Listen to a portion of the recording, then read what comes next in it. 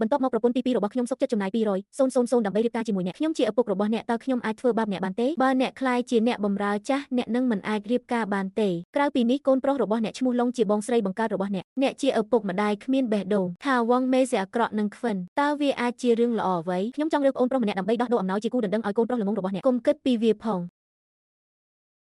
យាយឲ្យហេតុអ្វីបានជាអ្នកនៅទីនេះពេលយាយឬថាឪពុកម្ដាយបង្ខំកូនរៀបការយាយនឹងនៅទីនេះឆាប់នេះកុំបារម្ភយាយនៅទីនេះខ្ញុំដឹងថាគ្មាននរណាម្នាក់ចង់ធ្វើបាបអ្នកទេជីដូនរបស់ខ្ញុំស្រឡាញ់ខ្ញុំតាំងពីខ្ញុំនៅក្មេងកូនល្អមិនទាន់បានញ៉ាំទេអ្វីដែលកូនចង់ញ៉ាំយាយនឹងធ្វើឲ្យកូនខ្ញុំចង់ញ៉ាំសាច់ជ្រូកដុតដែលអ្នកធ្វើមិនអីទេគ្មានបញ្ហាទេសេឡង់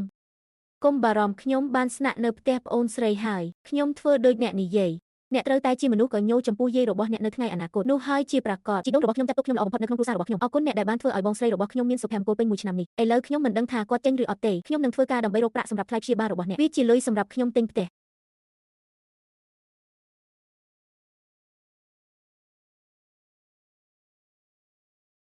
នេះមើមឆ្ងាញ់ណាស់នៅតែរសជាតិដដែលញ៉ាំច្រើនប្រសិនបើវាមានរសជាតិឆ្ងាញ់អ្នកមើលទៅស្គមជីដូនហេតុអ្វីបានជាខ្ញុំវើមុខយ៉ាងនេះប្រហែលជាខ្ញុំហត់ពេកហើយគ្រាន់តែគេងបន្តិច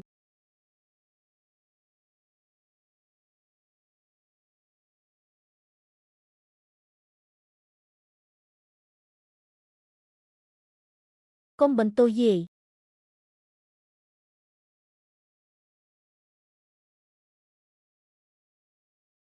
តើវាមានរសជាតិយ៉ាងណា7ប្រភេទត្រាស់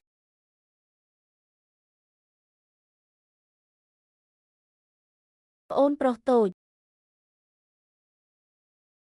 ពិតជាស្លាប់មែន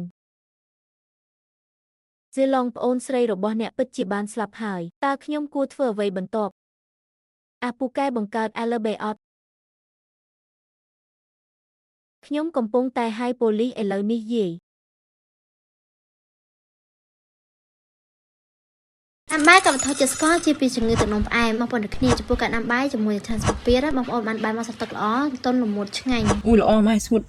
ជ្រៅហ្មងឃើញទេឆាដាំបាយប្រាសម្ភារខ្យល់ម៉ាក់ឌីស្នីមាន14មុខងារផលិតផលបាយតាលីបងប្អូនទាំងគ្នាមានតែ14មុខងារនេះក្នុងផ្ទះបងប្អូនទាំងគ្នាដូចមានឆ្នាំងដូចមានផ្ទះដូចមានស៊ុបឬក៏ឆ្នាំងយូហ្គើតក្នុងផ្ទះចឹងបងប្អូនទាំងគ្នាដាំបាយទុំឆ្ងាញ់ធ្វើយូហ្គើតឆ្ងាញ់មកស៊ុបថយលឿនតែនោះឆ្នាំងដាំបាយសម្ភារខ្យល់របស់យើងគឺអាចជួយសន្សំចែកភ្លើងបងប្អូនទាំងគ្នាបានរហូតដល់60%ដល់ចម្អិនលឿនបងប្អូនណាឥឡូវគឺមានការប្រម៉ូសិនបញ្ចុះតម្លៃថែមឆ្នាំងពេលសម្រាប់ជូនទៀតអញ្ចឹងបងប្អូនព្រះអើយដូច្នេះអ្នកមិនអីទេអូអញស្ទើរតែខ្លាចយាយស្លាប់យាយហៀបនឹងទូរស័ព្ទទៅសួរអ្នកតើវាពិតជាជួយសង្គ្រោះខ្ញុំមែនទេពិតណាស់វាជាម្ចាស់រឿងពិតខ្ញុំច្បាស់ជាចង់ធ្វើបាបអ្នកអូ99យាយក៏មិនចង់ដែរ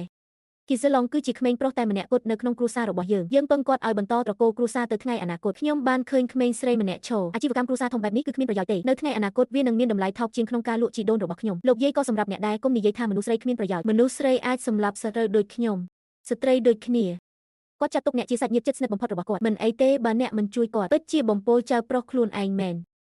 ខ្ញុំបានគិតដំបូងមនុស្សចុងក្រោយលើโลกដែលស្រឡាញ់ខ្ញុំវាប្រែថាស្នេហារបស់អ្នកគ្រាន់តែជាការបោកប្រាស់ប៉ុណ្ណោះ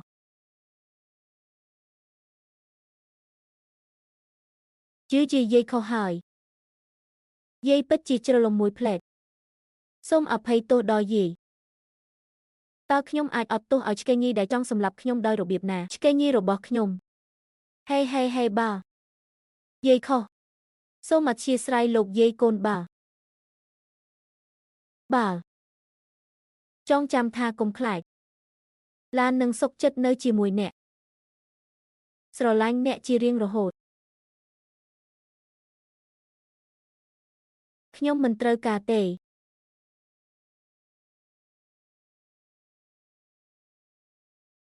ពន្លត់ភ្លើងអំពើអាក្រក់និងអំពើហិង្សា